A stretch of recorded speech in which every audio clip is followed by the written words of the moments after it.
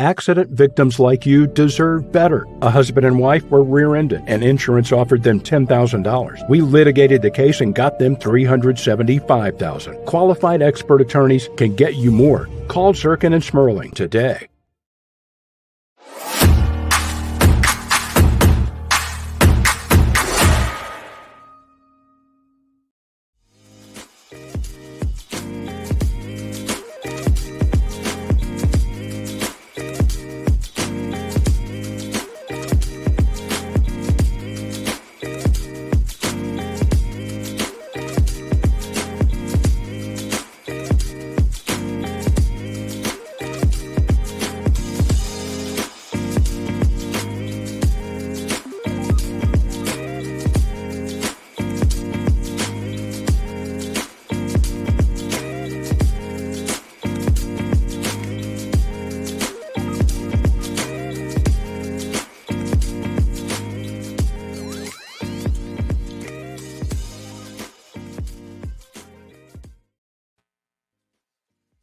Good evening, Baltimore. This is City Voters Live Podcast, and I'm your host, Desmond Stinney, back for episode 23 of the City Voters Live Podcast. It's a Friday, dreary day, and just spent 8 days on the campaign trail for early voting from last Thursday to yesterday. And man, I am tired. It's been a long time since I've been out on the campaign trail stumping like I have for the past 8 days, but took a little break from the podcast to to do my civic duties out there at the polls. But it's going to be a very lively election season. Got a lot of races that are going to come down to the wire, especially at the top of the ticket. You starting with U.S. Senate. It's going to be a very, very close race. The mayor's race is going to be very close. And city council president is going to be interesting. Got a lot of great candidates, got a lot of great platforms, and the voters, they really have a tough task this election cycle. And while turnout was of question at the beginning of the early voting cycle, it did start to pick up. Toward the end there, the last couple of days, we saw very similar numbers as years past. So. Hopefully this coming Tuesday, May 14th, is the day that we all need to do our civic duty. We need to get our ballots, and we need to go to the polls, and we need to make our selections for all the way down the ticket. But like I said, it's going to be a close race all the way around. There's been a lot of talk about some of our local seats. A lot of commentary is out there, talking about where the city is and what the city needs. And I can tell you, I've been so busy that it took me a couple of weeks. I was a little bit late in finding this great op-ed that was written back in April in the Baltimore Sun by Mary Miller. And I can tell you that op-ed really struck quite a few chords with me, primarily because it hits on some of the main issues that have been on my mind when it comes to the primary issues of the city, as far as transportation, vacant housing, and our tax code. So today, for episode 23, we are fortunate enough to be joined by the one and only person who penned that op-ed, Miss Mary Miller. How are you doing this evening? I'm doing great. Thanks so much for having me on your show. Well, I'll tell you what, thank you so much for agreeing to be here. I think your voice is one that everyone in the city respects. I think it's a very important voice. And I certainly, really appreciate you taking the time to be here to lend your perspectives. And we'll just, if you don't mind, I'd love to have you just maybe introduce yourself to the folks that may have been living under a rock and not quite familiar with Mary Miller. Okay, I'll try to give you a brief snapshot. I have lived in Baltimore now for since 1986. So that sounds like about 38 years, and I love the city. I'm definitely a city girl. I worked for many years in Baltimore at T. Rowe Price. I worked in the Obama administration for 5 years after the financial crisis, and came back to Baltimore and have devoted myself to work in Baltimore to try to help our city. And as you are well aware, in 2020, I threw my hat in the ring and ran for mayor. That is a exhausting, brutal, but very worthwhile effort. I learned so much more about Baltimore doing that, and can certainly empathize with the candidates this year who are doing this. Well, I tell you what, you're absolutely right. To throw your hat in the ring and to run a race, especially a city-wide race, is commendable for everyone that takes on that daunting task. And while it is the desire to want to help the city can drive someone to really go down to the Board of Elections and file.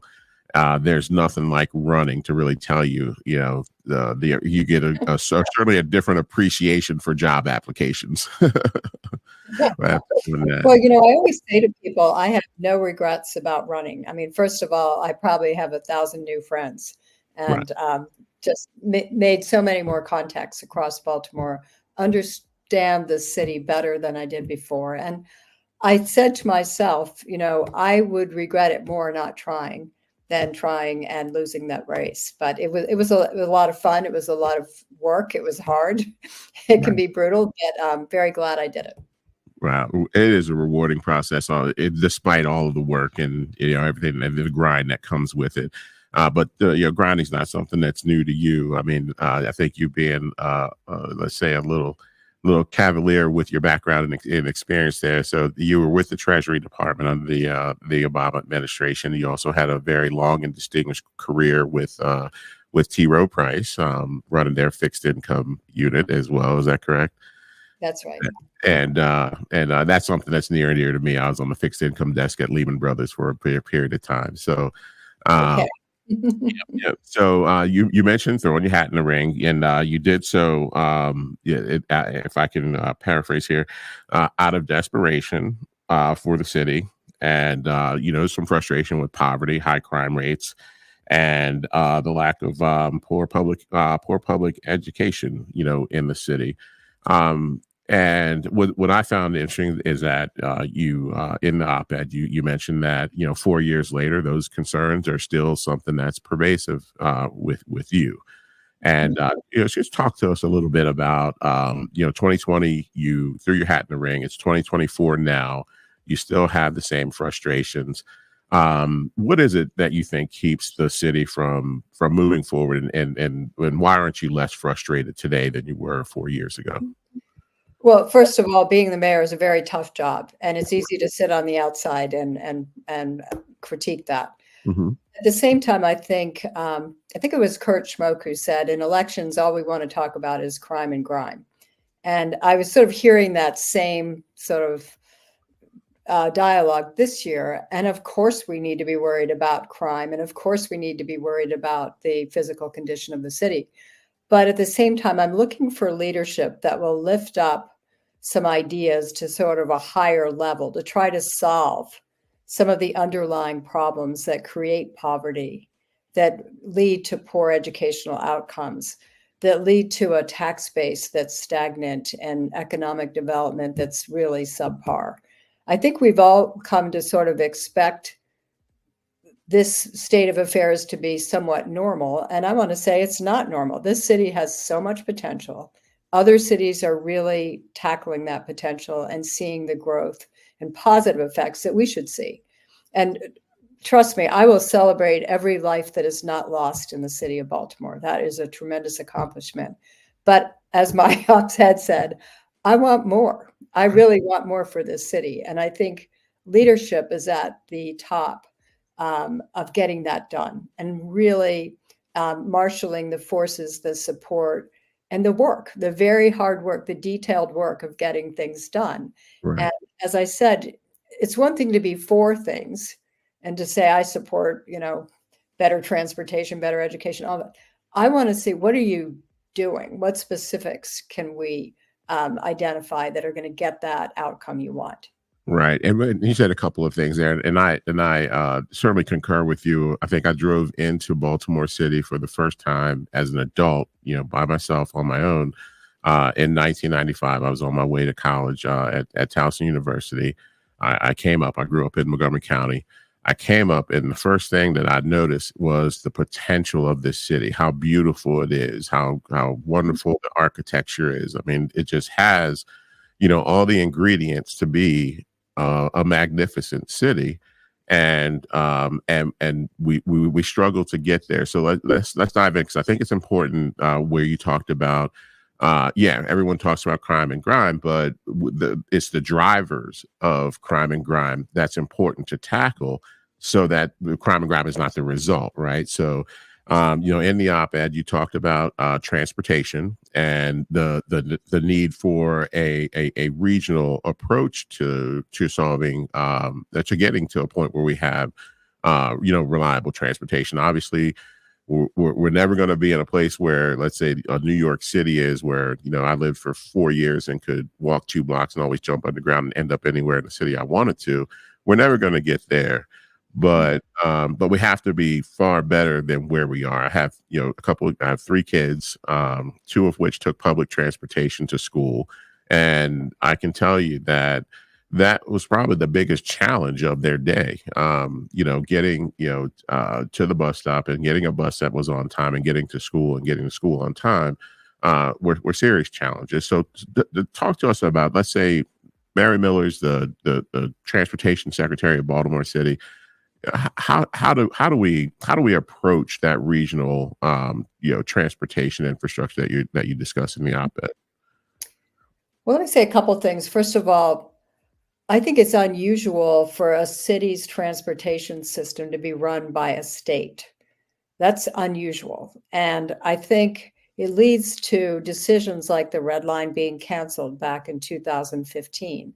Right. If that decision had been in the hands of a regional transportation authority, and I emphasize regional because I don't think transportation stops at the city's borders. And I think we need to draw in the surrounding counties and create a regional system that is much more coherent and is making decisions for itself. So that's a big sort of governance question. But to me, it would be good if the mayor of Baltimore could sit down with the county executives of our surrounding counties and say, let's look at the whole footprint and let's figure out how this works. Because we have people living in counties working in the city. We have people living in the city working in the counties. It has to be a broader thing than just a city, bus system and a city light rail and a city hard rail system. We do have a partial subway. But I think we have to be very clear-eyed about the density of the city and its surrounding suburbs and what is the best solution for public transit. I have seen great research on the point that a good public transit system drives amazingly better outcomes for people. They can get to work. Right. Your children can get to school stress-free. You can get to medical appointments. It just can improve your economy significantly. Right. But this is a big thing, which is saying, yes, I'm happy the Red Line is back online. We're talking about that again, but it's only one piece of this. I want a bigger solution that is going to take in the entire region. And I couldn't agree with you more. And that's something that even I hadn't even thought of, the fact of it being more of a regional and like an actual a regional authority being created. And I wonder if that's something even from the state level or even the General Assembly level that could be. Is that something that? How do you see that coming about? Is that something that will be established by the General Assembly or the governor? Or? It has to be in partnership because the MTA is run by the state today, and what I'm proposing is a different level of ownership and governance. Right. At the same time, I think we have to be realistic that the support the state is providing for public transportation can't go away. So in designing what the financial model is for this regional system, we're going to have to work with the state. But I think it's entirely within our wheelhouse to do this. Right. And if we got a coherent system that was connecting all the pieces that we have in place today and then making it work better, who knows better than we what our daily transportation needs are? Absolutely. Yeah, absolutely, and understood. And shifting gears a little bit here, I think the second driver, besides transportation, is a problem that's been longstanding in Baltimore. We've heard every excuse in the book about why we can't tackle the vacant problem, right? Because that in and of itself, it's a driver of whether it's a public health issue or what. I mean, you have a vacant house next to you and it starts to impact your quality of life, and now you want to get out of the house that you're in and move, and then that house becomes unoccupied. It's a complete domino effect. With that, and obviously it takes away from tax revenues if you don't have folks that are occupying all the units that we have. I mean, we have a city that's built to house almost 1 million people. And then at this point, we're down to 580,000. That loss of revenue is tremendous, right? So to talk to us a little bit about your kind of 10,000 foot view of tackling the vacancy issue. So at a 10,000 foot level, I'd say this is an enormous burden for the city, but it's also an enormous opportunity. So let me talk about both of those things. I love it. 2 years ago, I worked on a paper called The Cost of Vacant Housing in Baltimore. And what I worked with my colleagues at Johns Hopkins, I'm in a little program called 21st Century Cities Initiative. And what we did was we looked at the stock of vacant housing and we said, how much is this costing the city? And it costs the city two ways. One is lost tax revenue, not just the property taxes on those houses, but the weight that it puts on houses near vacant houses, because the house next door, the house even 60 feet away, 75 feet away, is worth less because of that vacant property. So it weighs on the whole fabric of the city. It also, we figured out we lose income tax revenues from empty houses because there aren't people living there that work in the city. We then looked at the direct spending that the city is doing to maintain these vacant properties, to board them up, down to rat control. We looked at everything that gets spent directly through the city budget. And we couldn't capture things like the public health costs of vacant housing. That's almost immeasurable, but it's real. Anyway, we came up with figures and we said, at a minimum, this is costing the city about $200 million a year.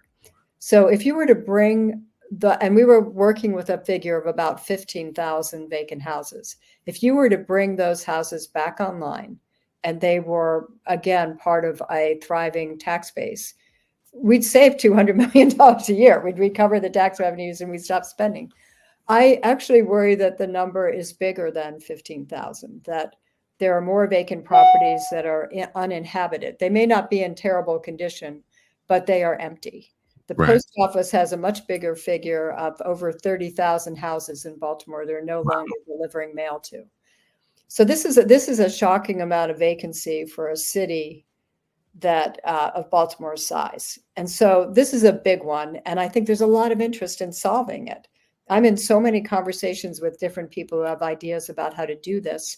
But again, it needs leadership from the top to create the structures and the relationships to get this done. But if we could do that, think about the opportunity. Think about the jobs created through rehabilitation of these houses. Think about the home ownership opportunities that we could create for people who want to live in Baltimore. And the impact on small businesses.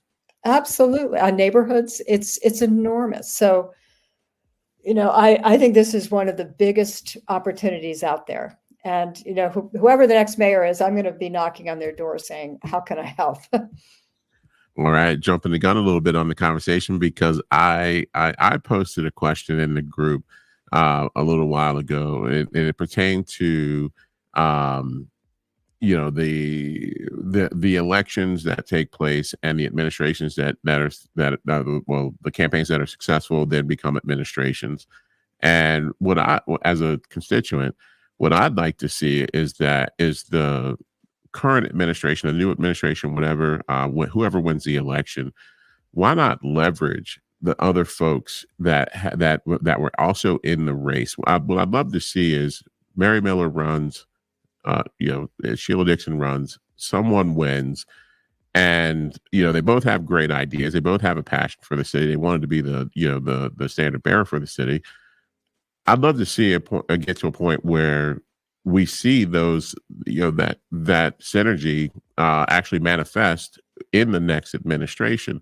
To have you part of an administration would be of a tremendous value, to the citizens of Baltimore. Is that something that Mary Miller is open to? Well, what I think would be great would be the winner of this race to pull in all the people that have been either running against them, around them, all people who are deeply concerned and have been raising issues and ideas throughout this election cycle. And I would immediately reach out and say, elections are hard. They can be brutal. There can be a lot of hard feelings, but it's time to set that aside and sit down and let's just figure out what are the best ideas that came out of this. What are your ideas that you think I should implement? I'd love to see that kind of cooperation, if you will, but not to lose the energy of the race and the ideas that have been talked about and the things that have been surfaced. I know every mayor has a transition committee and period where they bring in supporters. I think I'm thinking about a more amped up version of that, where you're really pulling in all of the candidates to say, let's lock arms here and say, we all care about Baltimore. What can we do? What can we do together? Right. I mean, at the end of the day, if this is an issue about who gets credit for what, I don't think the citizens really are going to be drawing those distinctions. An administration is an administration. To whoever can assist and move the ball forward for the city. I think like you said, the hard feelings from the campaign have to go away. Whatever benefits the citizens of Baltimore has to be put at the top. And like you said, I'd love to see that type of cooperation and like you said, locking arms and just trying to move the ball forward for the citizens of Baltimore. The last thing you talked about in the op-ed was centered around the taxes. Talk to us a little bit about what it is that how that became the number 3 issue for you, and what do you see as a way that we can improve the tax situation for the citizens of Baltimore? Well, I'd love to see a city that is more reliant on income taxes than property taxes. Property taxes, right? Property taxes are regressive. They are not. They don't adjust for people's income. Income taxes are progressive because they go up for people of more wealth and they're lower for people of low income. But importantly, the way you could drive income taxes higher in Baltimore is to have a larger employed population. So that really drives you towards job growth and economic development, which will also help your tax base if you have more working businesses here and companies. So at a very high level, I'd say I'd like to see the city become less reliant on the property tax, which over time has grown into a very, I think, unfair and unjust system. We have a very high proportion of tax-exempt entities in Baltimore. So that leaves, less than 2/3 of the city shouldering the burden for all of the property taxes. We also have a rate that is twice as high as our surrounding counties. That makes Baltimore uncompetitive on a property tax basis with Baltimore County, Howard County, and around the surrounding counties. Obviously, that's pretty clear, I think. So, and then we have layered on top of that lots of tax credits and special one-offs in the tax code. I think I counted 20 when I was studying the tax code that make it a very uneven playing field for property tax payment in the city. And that makes it untrusted. People don't feel like it's fair. So I would like to see us really reduce reliance on the property tax, which is already very stressed downtown. Our commercial properties downtown are weathering a big readjustment in value post-pandemic.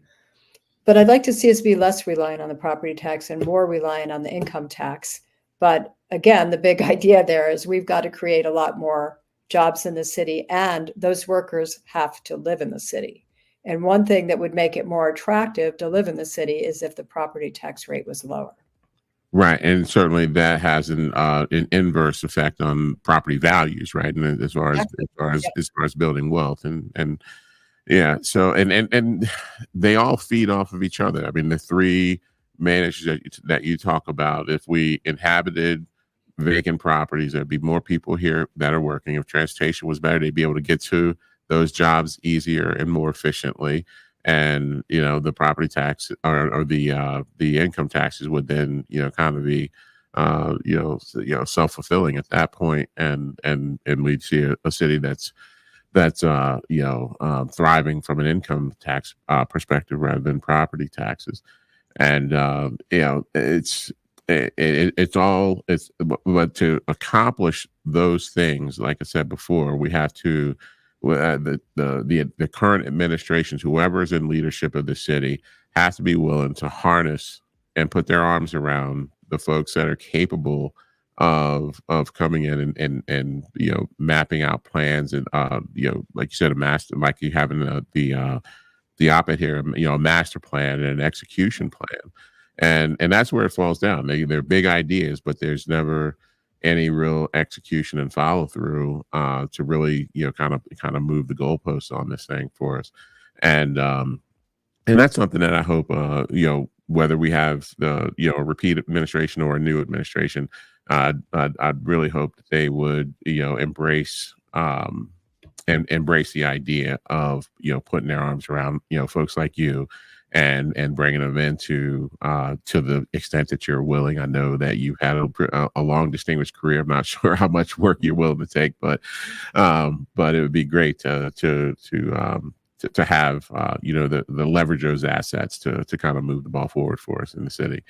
And I tell you, this is, like I said, it's a very relaxed environment. So if there's anything else that you would like to the citizens of Baltimore and the viewers of Baltimore City voters to know, feel free to take the stand here and give them a little piece of Mary Miller. Well, if I had $1 for everyone who has said to me, this city has so much potential, I would give it all back to Baltimore to fix all of our problems. But I do think there are many people in civilians, private sector, public sector, who really care about this place and want to help. So I'm looking for a leader that's going to tap that energy and those passions and desires for Baltimore, and let's just make some things happen. I love it. Well, I'll tell you what, I can't thank you enough for taking time out of your busy schedule. How was the concert last night?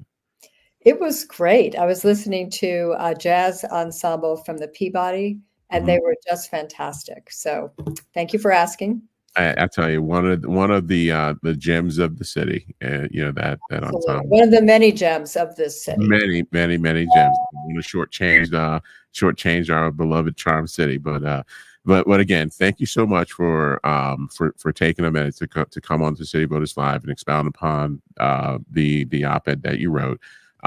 This is an open platform, so anytime you want to join us and bless us with your presence again, we'd be certainly I would love to have you, but I'll let you get back to your Friday afternoon, and thank you so much for joining us. Thank you.